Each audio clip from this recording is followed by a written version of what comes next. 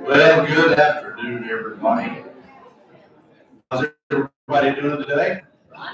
Good. Is everybody happy? Good. It's a pleasure to welcome each one of you to our Thursday afternoon meeting of the Rotary Club of Tyler. We got a pretty good sized room and crowd in here today, and it's great to see everybody. At this time, let me go ahead and remind each of you, while I remind myself, to put your cell phones on silent. Getting a call from a telemarketer as we speak. And I want to thank our pianist, Miss Vicki Conway. Vicki done a nice job.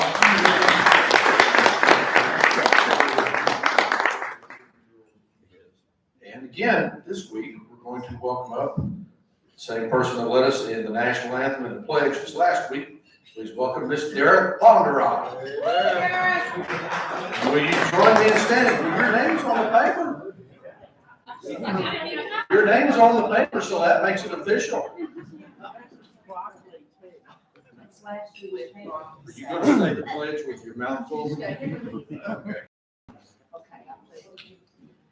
I pledge allegiance to the flag of the United States of America and to the republic for which it stands, one nation under God, indivisible, with liberty and justice for all.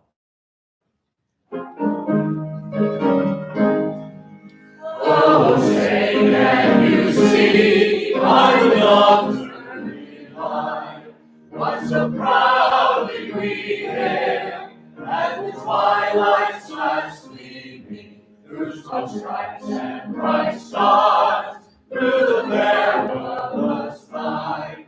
On the ramparts we watched were so gallantly streaming, and the rockets trembling among bursting air came through the night, that our flag was still there. Oh, sing the stars, Star Spangled Banner and wave, for the land of the free and the home of the brave. Thank you, Derek. And now let me go ahead and bring up for our invocation and introductions. Please welcome Dr. David Nichols. Past President. Past President, Dr. David Nichols. All right, which one do we do first, pray? Yeah. That's good. Lord, we thank you for this day. Thank you for our wonderful community. Thank you for the blessings you give each one of us.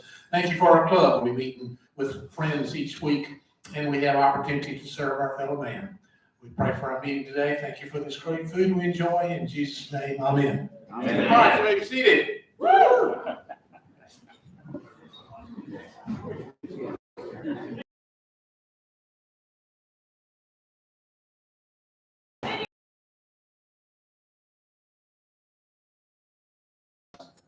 Well, we apologize to the others when we say the Rotary Club of Tyler. It's just one of our problems we have here. How about some guests today? Let's start over here and come around the room. Guests, do we need to say anything on this time? I got two of them. Oh, my. Is school district. Dave Carter, real super good guy. This young man here is a client of mine.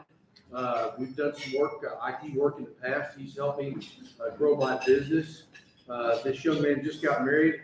I've been friends with his mom and dad since the 80s. This is Jonathan Knight.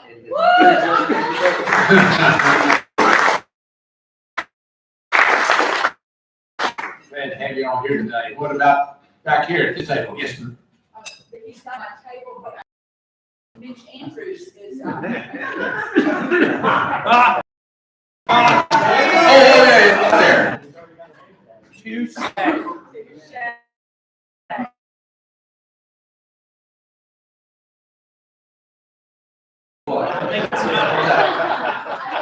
Yes, ma'am. and he's a professional coach, and he's interested in joining our club. So Oh, way to go, John.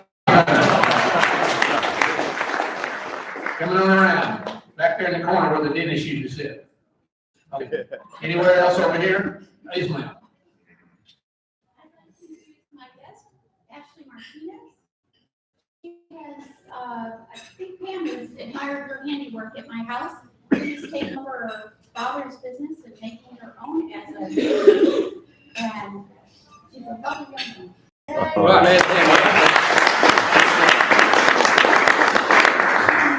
Yes, yes. I don't need it anyway. Anybody else got a guest here? Work on it. They need work. You know, I don't know whether it's Hughes that came Works out. fine for me. Did you break it? You take over. All right, Eddie. Today, want to thank our greeters for today, Jim Blair Jr. and Jim Blair III. And now, let's go ahead and bring up all the glasses for this week in history. Good organized here, thank you. Starting today, the 12th of May, 1932, 2 months after he was kidnapped, the body of Charles Lindbergh Jr., the infant son of aviation hero Charles Lindbergh, was found less than a mile from the family's home. The Lindbergh paid a $7 ransom, that's equal to about $1.2 million today. Hoffman would be executed for the crime in April of 1935. It's a weak battery. I think so too. On the 13th of May, 1981, Pope John Paul II was shot and seared on St. Peter's Square by Turkish terrorist Mehmet Ali Aja. Wow. He was convicted, sentenced to life in prison by an Italian court. During his imprisonment, the Pope visited Aja and they became friends. Aja was enrolled in 2010, deported to Turkey, where he currently lives. On the 14th of May, 1787, frustrated and angry with their lack of power under the Articles of Confederation, delegates appointed by the 13 states began arriving in Philadelphia in order to begin peacefully overthrowing the United States government. The Constitutional Convention would convene 11 days later. It would continue until September 17th of that year, when the final draft of the document was executed by 11 state delegations and Alexander Hamilton acting on his own hook. He was from New York. On the 15th of May, 1972, while campaigning for the Democratic presidential nomination in Laurel, Maryland, Alabama Governor George Wallace was shot 5 times by Arthur Bremer, who said he carried out the crime for the purpose of becoming famous. Wallace was paralyzed from the waist down, and he never walked again. On the 16th of May, 9-month Arab is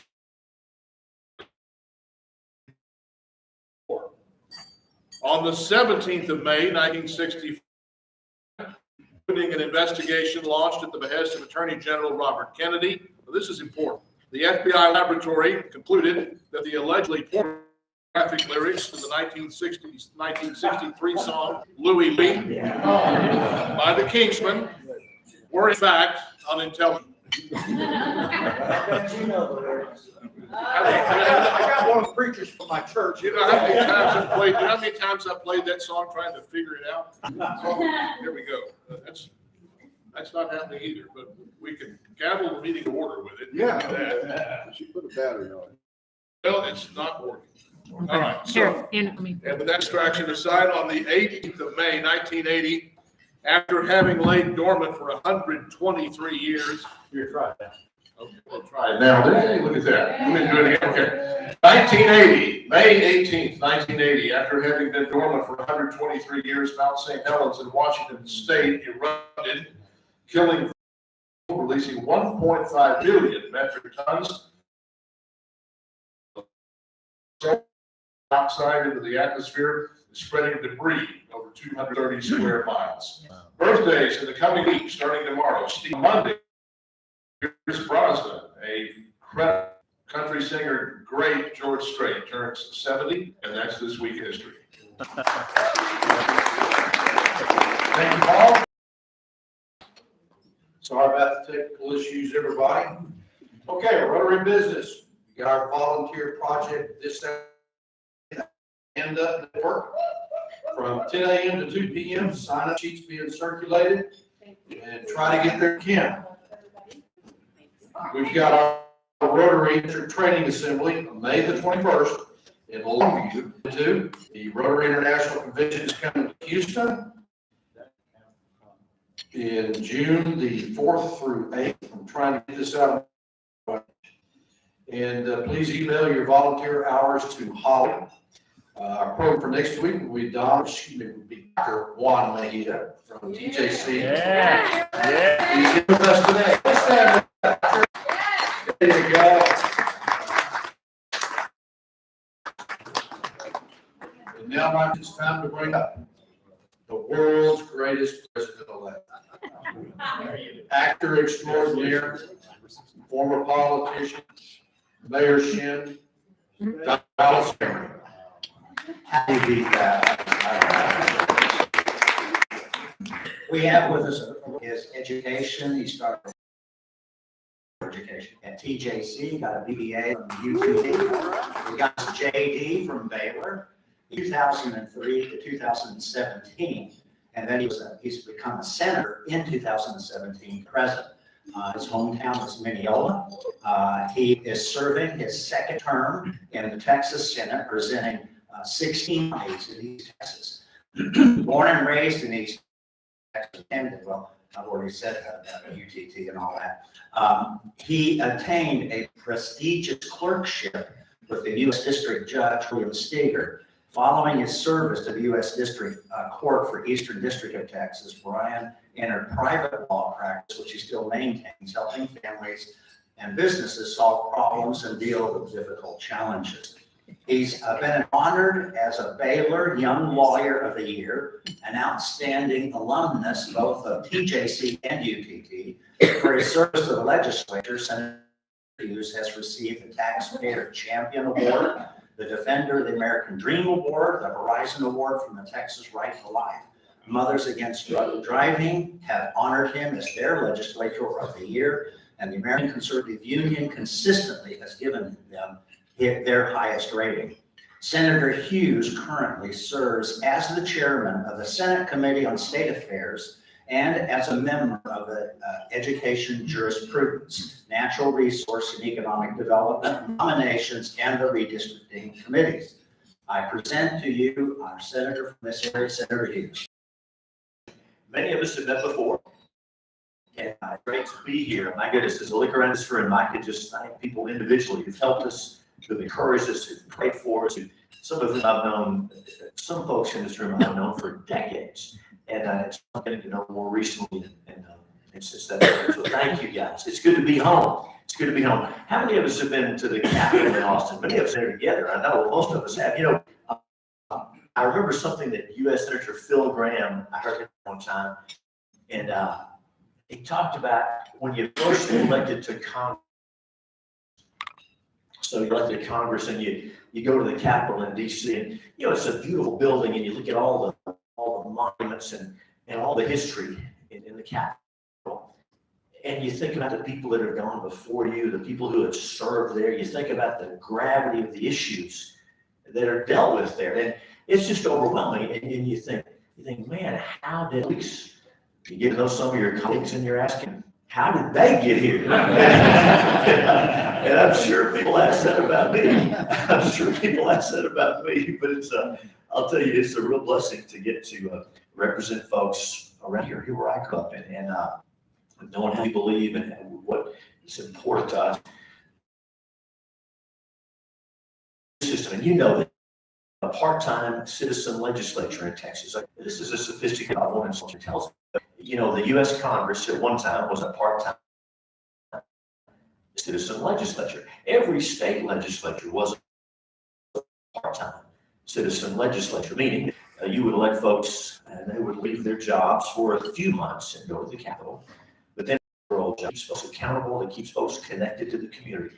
Now Congress, the U.S. Congress has long since been a full-time job, and we know many times those guys go there and that kind of becomes their home and not where they come from. And we're blessed around here. We're so thankful for Congressman. We're so excited about having our new Congressman, Judge Moran. We are wonderfully represented here. But we know that with a full-time legislature, sometimes the focus can be more on the government than on the people.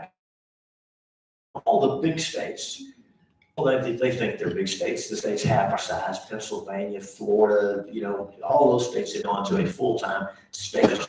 So the U.S. Congress and all the big states now have a full-time legislature. So you elect a state rep or a state senator, and they go to the Capitol, that's their job full-time, and I guess their home wins. So Texas, that by maintaining this part-time citizen legislature, it works.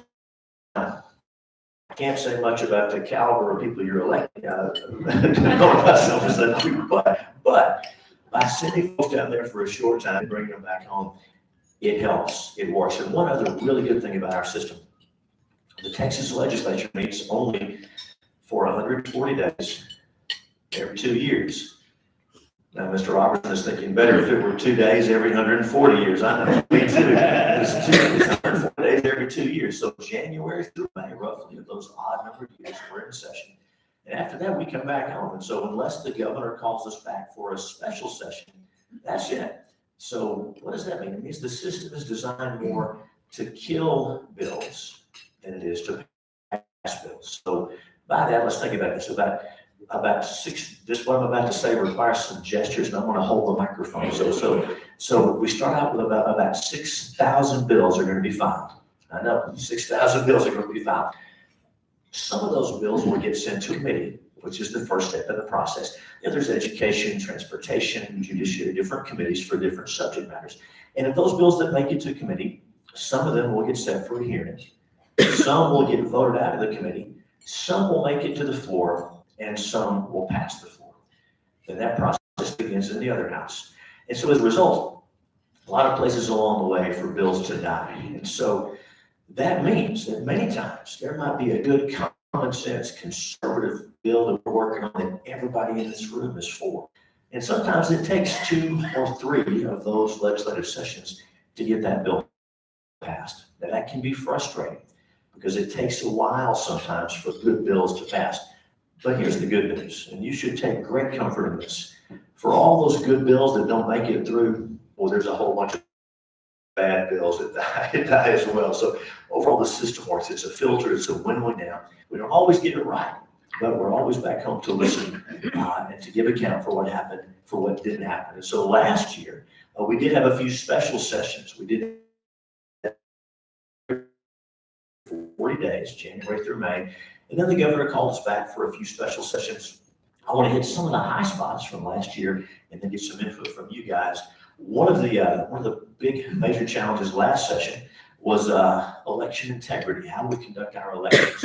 There's a story about President Johnson, LBJ, before he was president. And the story goes when he was a member of the U.S. Congress, and and even a young campaign aide were going through a cemetery. They were writing down names to give votes, to put votes on the voter rolls, writing names off tombstones. And so they got to this one tombstone, and it was kind of overgrown with vines and dirty. And President Johnson, not the President, Lyndon Johnson, Congressman Johnson, knelt down and was spreading back the vines and dusting off so he could read the name. And the young campaign aide who was traveling with him said, Lyndon, there's plenty of tombstones here. You don't waste your time on that one. But Lyndon Johnson said, no, we're going to stay here and get this man's name. This man has just as much a right to vote as everybody else in this cemetery does. And whether that story is apocryphal or literally true, we don't know. But we do know that in not just in the Rio Grande Valley, but in East Texas, across Texas, then folks have voted from time to time. So we're blessed to have a good system in Texas, an election system. But our goal is to make it better. We want to make it easy to vote and hard to cheat, right? Both of those are important. Both of those are important.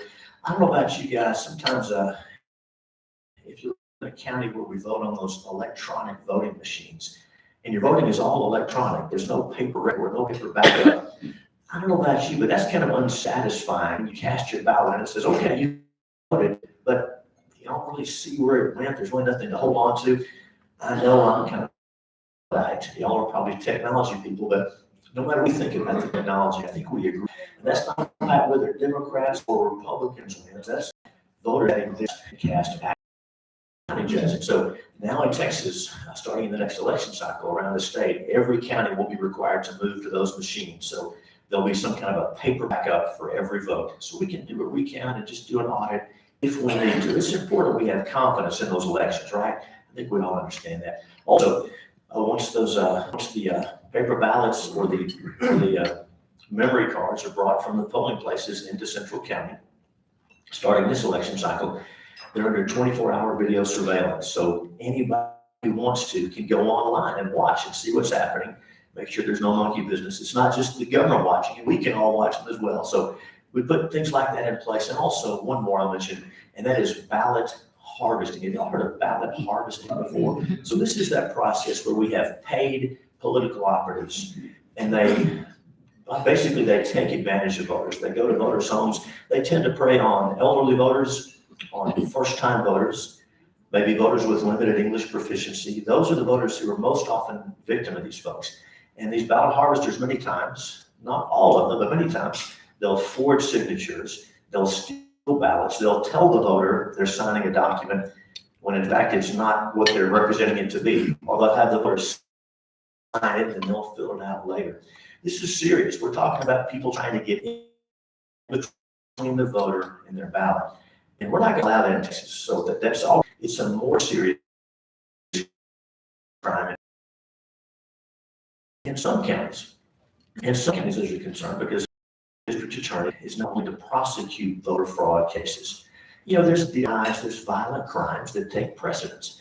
And for whatever reason, many times prosecutors of the state will not prosecute voter fraud. Maybe they're afraid of the ballot harvesters. But there's a provision in the law that says if you're in one of those counties and there's cheating and you can prove the election was stolen and the prosecutor refuses to prosecute, then you can bring a civil suit against that person who cheated. You can get your attorney's fees and you can get that wrong righted. So putting common sense protections in place, again, to make sure that the voters' will is being effectuated. So stay tuned. You know, the Heritage Foundation, some of you all know them. They're a conservative think tank. They rate states based on the security and accessibility of their elections. And they rated Texas number 6. They put us behind Louisiana, which really hurt my feelings. I'm asking for a recount on that. But we have a pretty good system. It's getting better. It's going to keep getting better as we get input from real people back home. So keep that in mind. Because of that, many of our friends didn't like the election integrity bill. So you may have heard a number of members of the House fled the state. They left Austin and went to D.C. That's just kind of, I don't know if either one of those places is very good. But anyway, they left Austin, went to D.C. And so that killed one session. The governor had to call us back for another special session and another one after that. But that got done. So keep that in mind. Also, one more thing we did. I told you that was the last one on elections. One more thing. Voter ID. pretty common sense reform, right? We've had in-person voter ID for about 10 years in Texas with your driver license. If you don't have a driver license, you can use a state ID. If you can't afford one of those state IDs, they'll be issued to you for free. We removed every impediment because voter ID is not supposed to be a poll tax. It's just to make sure that the person voting is the person who claims that they are. So voter ID has been in place for about 10 years in person, and now we have that for ballots by mail as well. And so when you vote by mail with your application, you just write down your driver's license number if you have one, your state ID if you have one of those, or the last 4 digits of your social security number.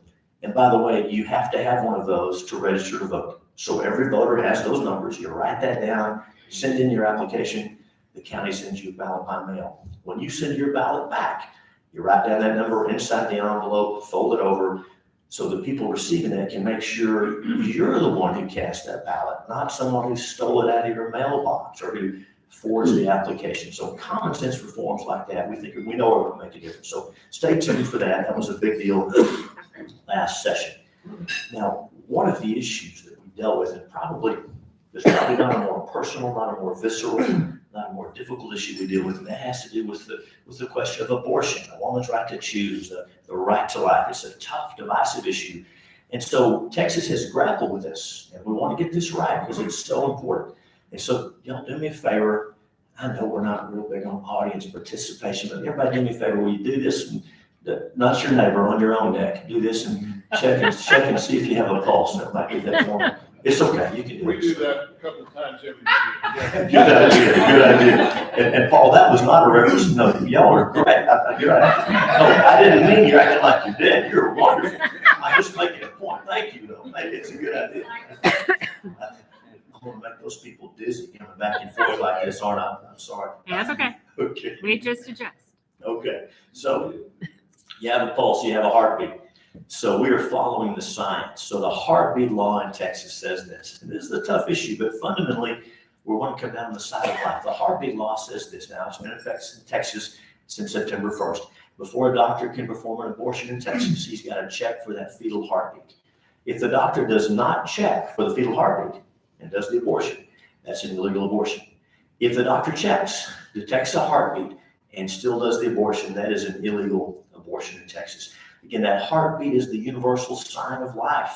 Think about your earliest memories of your mother's heartbeat. Think about that heart monitor with a loved one in the hospital. So the heartbeat bill, about a dozen states had passed heartbeat bills over the years, and they'd all been blocked by federal courts. That's kind of what happens. The states pass a law and the federal court blocks them.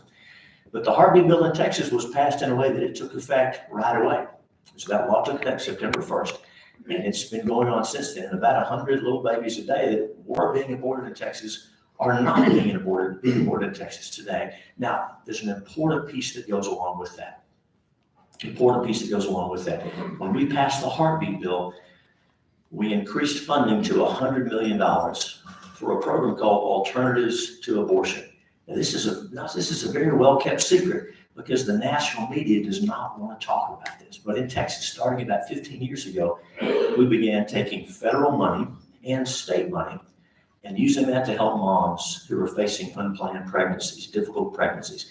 The polling tells us that when women are seeking an abortion, they tell us the vast majority of women say, if my circumstances were different, I would have made a different choice. So we're trying to help them with those circumstances. So this Alternatives to Abortion program, what does it do? Well, it provides tangible help, parenting classes, diapers, baby formula, car seats, baby clothes, job placement, rent assistance, social services, to make sure for those moms who need that help, they can get the help. For those moms who choose to adopt, to put up the baby for adoption, there's tangible help for adoption. Adoption is way too expensive, way too arduous. We're trying to smooth that out. So last year, over 100,000 expectant mothers and adoptive parents were helped by that program. And again, we increased funding to $100 million when we passed the heartbeat law because we knew that more moms and more babies were going to need help. And you may have seen the U.S. Supreme Court we're not sure what they're going to do about Roe versus Wade. And again, you guys stay on top of things. You know that if Roe versus Wade is overturned, that will not make abortion illegal. That will just put the question back to the states. where it was in 1973, before the Supreme Court took it away from the people. So different states will have different laws on abortion. And so we'll continue this discussion at the state level and not decided by 7 old unelected men that did that in 1973. So keep that in mind. We'll see what happens. We'll see what I'm getting old too, but I'm at least elected. So anyway, and I say 7 because it was 7 out of 9 that made that ruling back in 1973. None of y'all are old enough to remember, but in 1973, that was Roe versus Wade. You've read about it. Yeah, None of y'all were alive, but you've read about it. Your grandparents told you that. That's what I thought. That's what I thought. So what we're trying to do is we deal with this difficult issue. We want to show that we can save the life of that little baby while we love and support and respect those mothers. We can do both. We need help doing both. So we want to hear from you and want your input. But that's the law in Texas. So we passed that law, and unlike other pro-life laws, it was upheld. And so we've been to the Supreme Court twice. I guess Texas, U.S. Supreme Court twice, Texas Supreme Court once. I've been sued by Planned Parenthood, the Biden administration, the ACLU, and the Satanic Temple. I didn't make that up. I know. I didn't make that up. It's so far, I'm in it.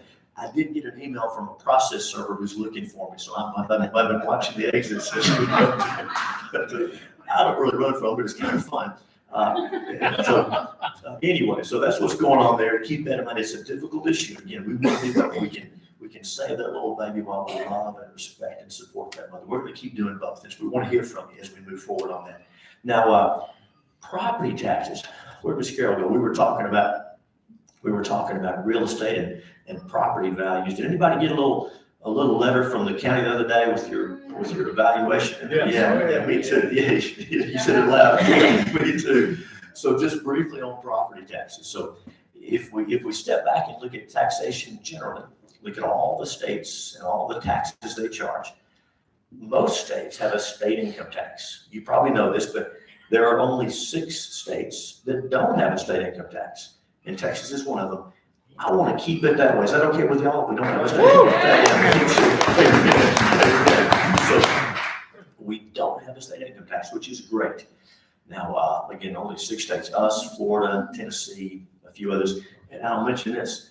When we as a state are competing to get a business to expand here or to bring in a new business, a new manufacturer, we usually lose out to Tennessee, or one of those states that does not have a state income tax. So it's a real blessing. But what does it mean? It means that our property taxes tend to be higher. Now, if you look at the overall tax burden, to compare all 50 states and look at all the taxes people pay, sales tax, property tax, income tax, value-added tax. If you look at overall, Texas has one of the lowest tax burdens. We're in the bottom 10. So compared to other states, even with our high property taxes, overall, we're paying less taxes to the state than most people in the country. But that's kind of like being the least drunk guy at the bar. That's still not good, right? We're still paying too much. And so what about property taxes? So we've been dealing with this for a while. Let me tell you a couple of things that I think will encourage you. Last session, we passed Senate Bill 2. And Senate Bill 2 affects the growth of property taxes. And here's what I mean by that. Under Senate Bill 2, and it's kicking in this year. Under Senate Bill 2, think about your school maintenance and operation. When I say school, I'm talking about kindergarten through 12th grade. Of course, we also have taxes to TJC, our community colleges, our cities and counties. So we're going to talk about school taxes over here, maintenance and operations for our kindergarten through 12th grade, our public schools.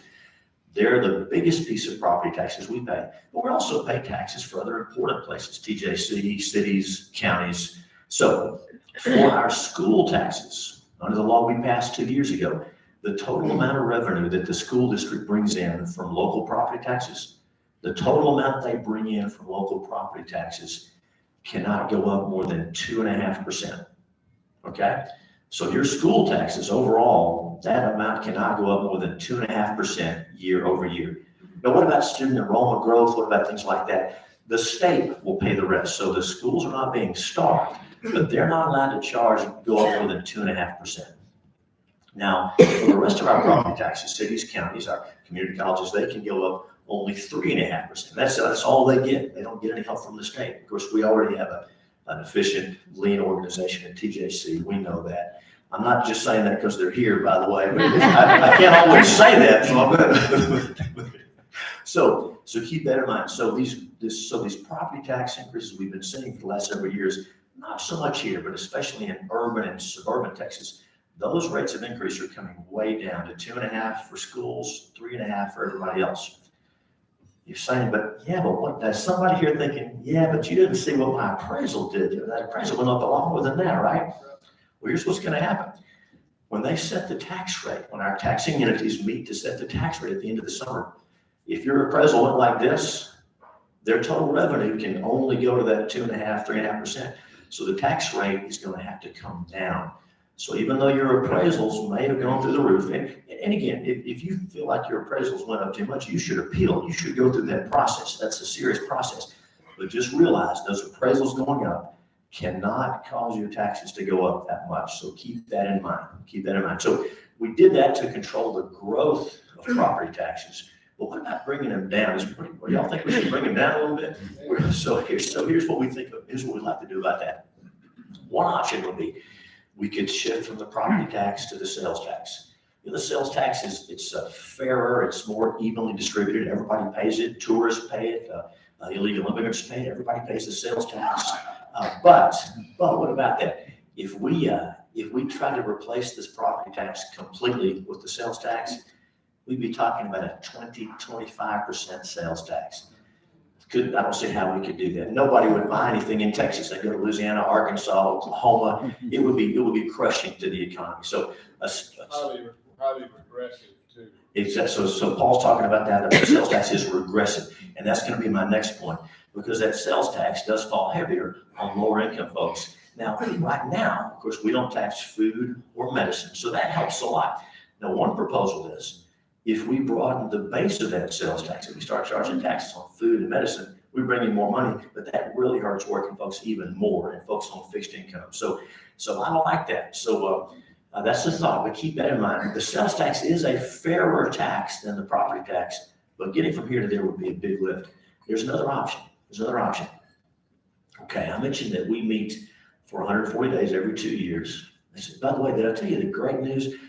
Today, the legislature is not in session, so relax, enjoy it. So you're safe. But so since we meet every 2 years, we have to do that budget for a 2-year cycle. And you folks have businesses and homes and families. It's kind of hard to do a budget 2 years out. And so we have to be pretty conservative, right? So we underestimate our revenues and we overestimate our expenses to make sure we have enough money. And because we do that, normally on that 2-year budget cycle, when we come back after 2 years, we have a surplus. We brought in more than we needed, right? So far, so good. 8 out of 10 budget cycles, if you look over history, 8 out of 10 budget cycles, we run a surplus. Now here's we have a decision to make at that point, because many of my friends in Austin, they see that surplus and they say, hey, that's unexpended revenue. That's the money I can spend. Oh, good stuff. I get it. But I think that surplus, that's overpaid taxes. Y'all send us more than we needed. It's your money. We need to give you at least some of your money back.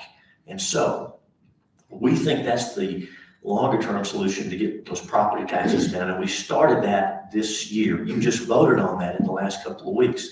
So we came in this budget cycle, we had a surplus.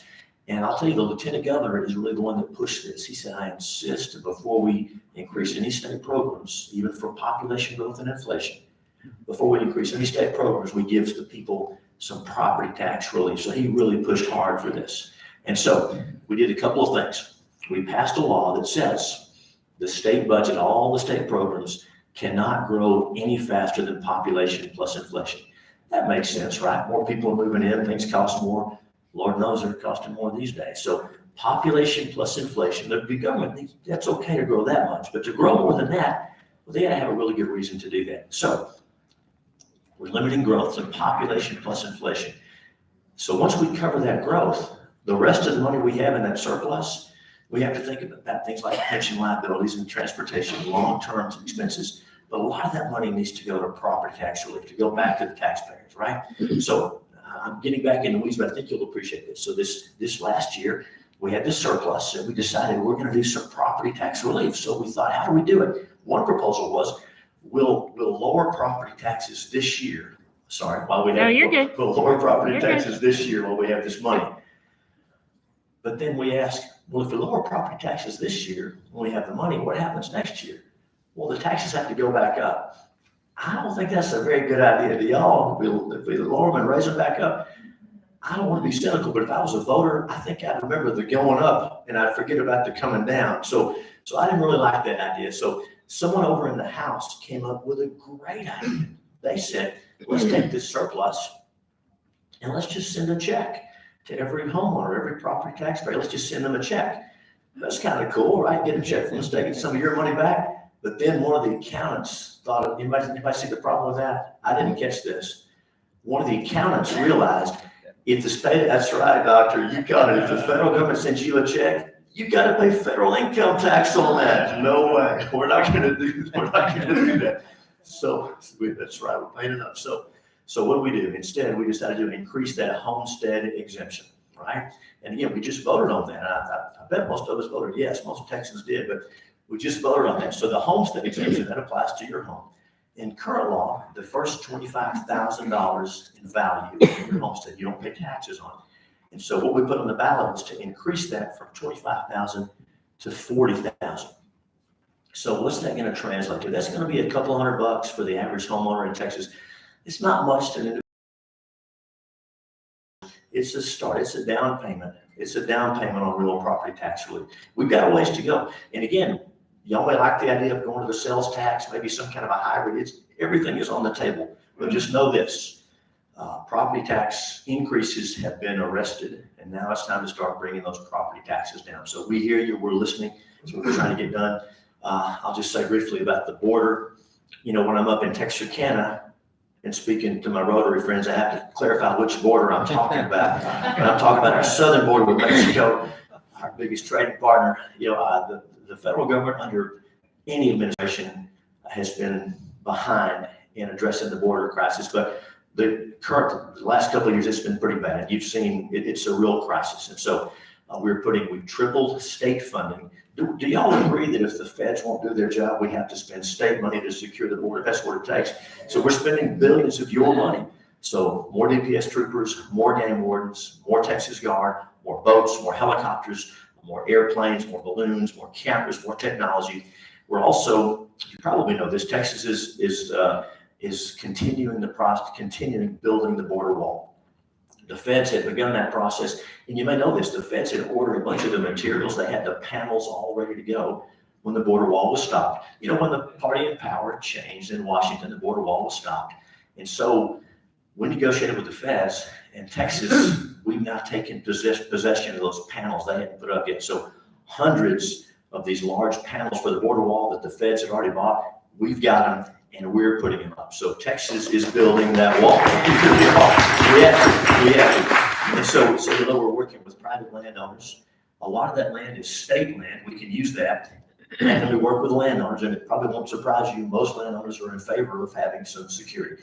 And again, we're a nation of immigrants. We always will be a wonderful melting pot. But people can come in the front door and go through the process because, as you know, it's there for all those people that are trying to come here for a better life. Mixed in with them are human traffickers and drug dealers and, yes, terrorists. You probably saw this, but 14 in the last year, 14 people from the FBI terrorist watch list were apprehended at our southern border. 14 people. That's the ones we caught. These are on the watch list. These are the most wanted international terrorists, and 14 of them were caught crossing into our southern border. So that's what's happening. We're continue working with the feds. We're suing the feds. We're doing everything we can to get some help, but Texas is not sitting around. We're building that wall. We're using wire. We're using shipping containers.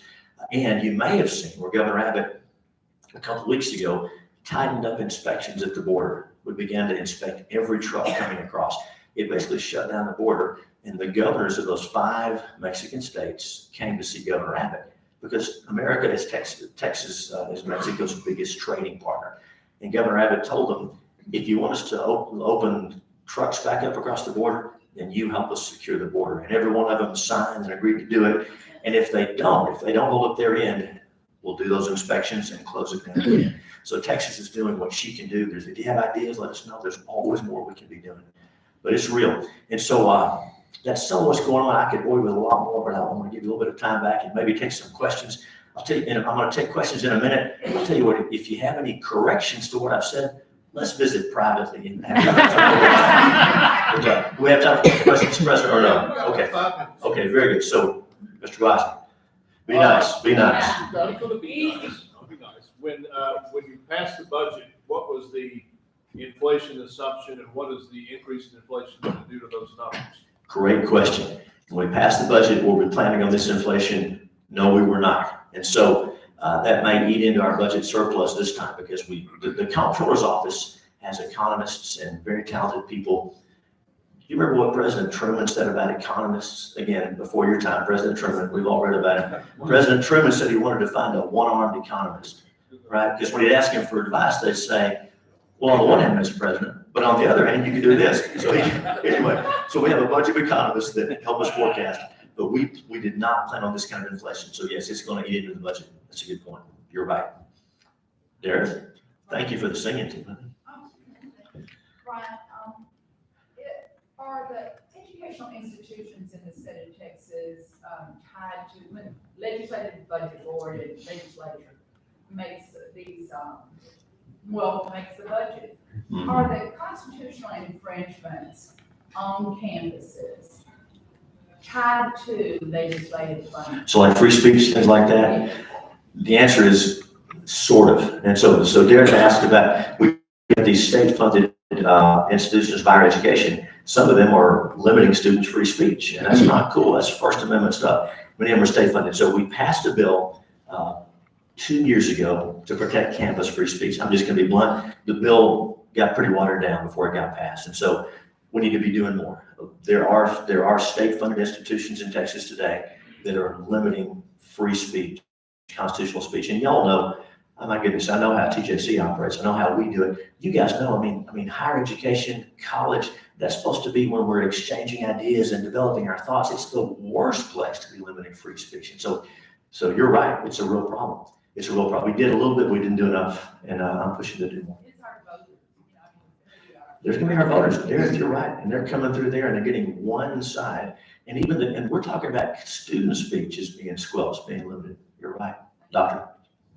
What are y'all doing about the adoption issue? I know that seems like to be an impediment to what we're dealing with now to Yes, some sir. degree. What are you doing about it? Yes, sir. Questions about adoption. We always talk about how difficult it is. What are we doing about it? Here's where our focus has been. Children who are in the Child Protective Services system, right? Folks who maybe children who were in a home where they were being neglected or abused and they were taken out and put in foster care. We have sped up the process for adopting them because that's the most pressing concern, because we have children who are maybe when they're teens, they're taken from their home and they are aging out of the foster care system. They're becoming adults and still don't have a permanent family or a permanent. So we put more money into adoption. We've streamlined the process for adoption for children in foster care and child protective services, but we have not done enough to the system overall. We have work to do. It's still too expensive. It still takes too long. Obviously, you want to do it right. You don't want to place a child in a dangerous place, but we need to do more. We need to do more. President? Just actually a testimonial. I want to, I think when you go to Austin, a lot of times you realize who gets things done. They're very popular in their district, but they underperform there. Mm-hmm.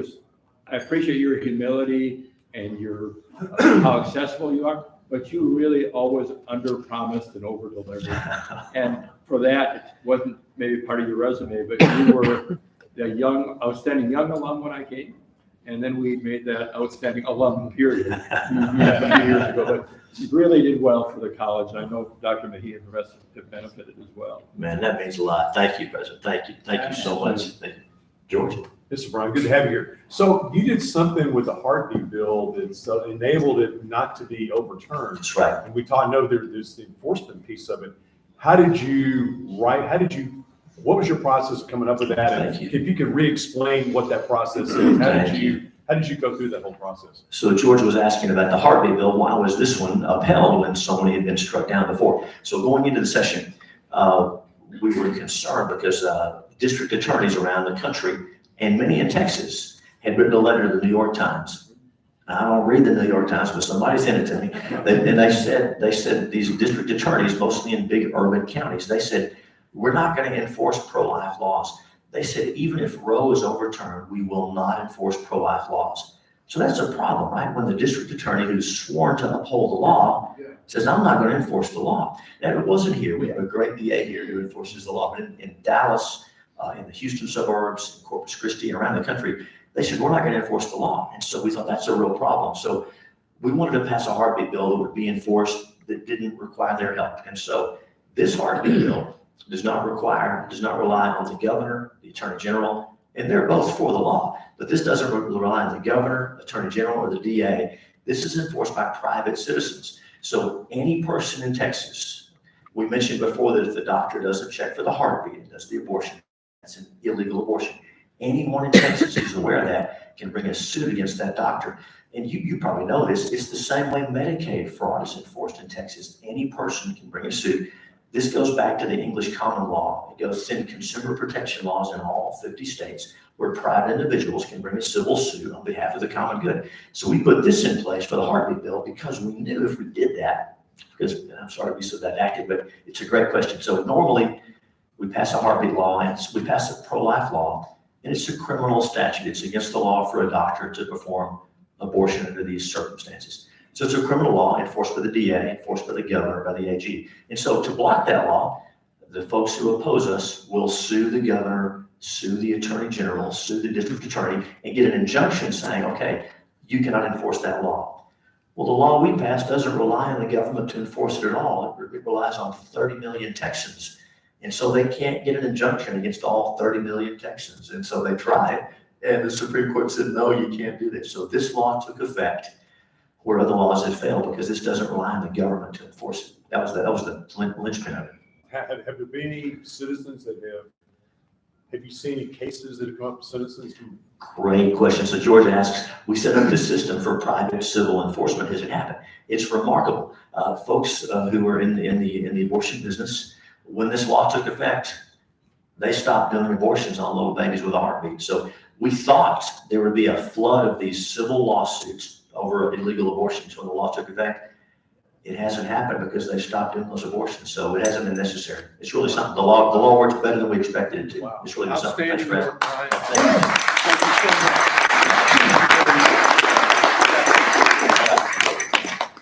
Thank you. Bryan, thank you for all your hard work down in Austin.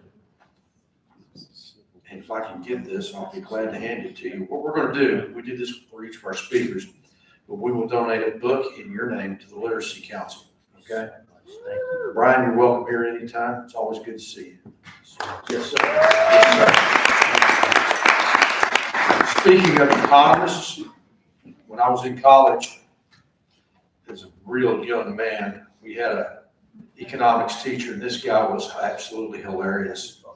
And somebody said to him, Dr. Totus, where do economists come from? And he said, this is how we talk. Well, economists are people that try to be statisticians or accountants or funeral directors, but they wash out because they don't have enough personality. That's what he said. All right, JB, how much do we have in the till this week? $2,288. We got 40 cars. 40 cards, okay. There better be. Ron, we're gonna get you to draw a ticket here. Read out the last 3 digits if you don't mind. Okay, okay. There we go. Okay, all right. All right. Michelle always.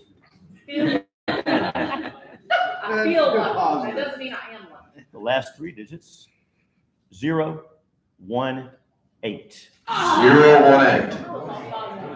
Back in the back. And Donna Kroom has got the ticket. Hi, Donna.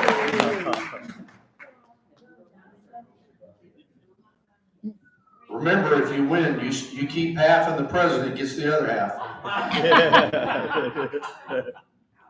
Pay for your trip to Houston. Not even close, not even close.